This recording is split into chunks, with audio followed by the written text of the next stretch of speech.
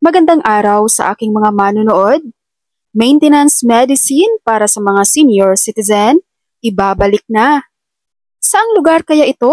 Alamin sa video. Good news para sa mga senior citizens sa Cebu City. Tiniyak ni Cebu City Mayor Raymond Alvin Garcia na matatanggap ng mga senior citizen ang kanilang maintenance medicine simula January 2025.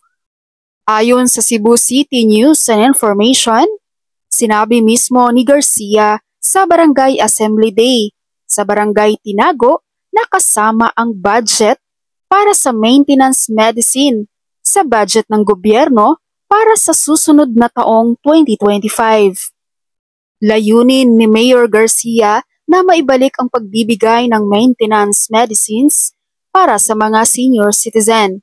Dahil ilang buwang pagbisita niya sa iba't ibang barangay sa lungsod, may mga dumating at nagtanong sa kanya kung bakit natigil ang programang pagbibigay ng maintenance medicine para sa mga matatanda o mga senior citizen.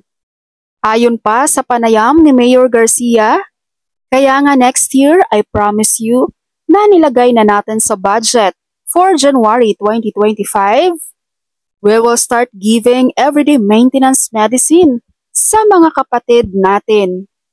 At balang araw ay sasabihin nyo ring we will not buy anymore.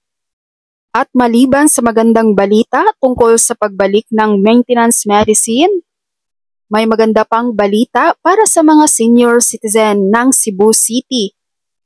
Dahil ayon kay Mayor Garcia, matatanggap na ng mga senior citizen ang kanilang monthly allowance para sa buwan ng Oktubre, Nobyembre at Disyembre.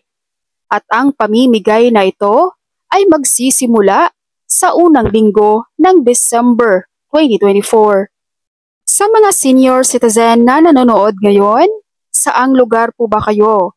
Meron din po bang maintenance medicine sa inyo katulad na lang sa Cebu City? Yan po ang aking hatid updates para sa mga senior citizen ng Cebu City. Maraming salamat sa inyong panonood and God bless you all.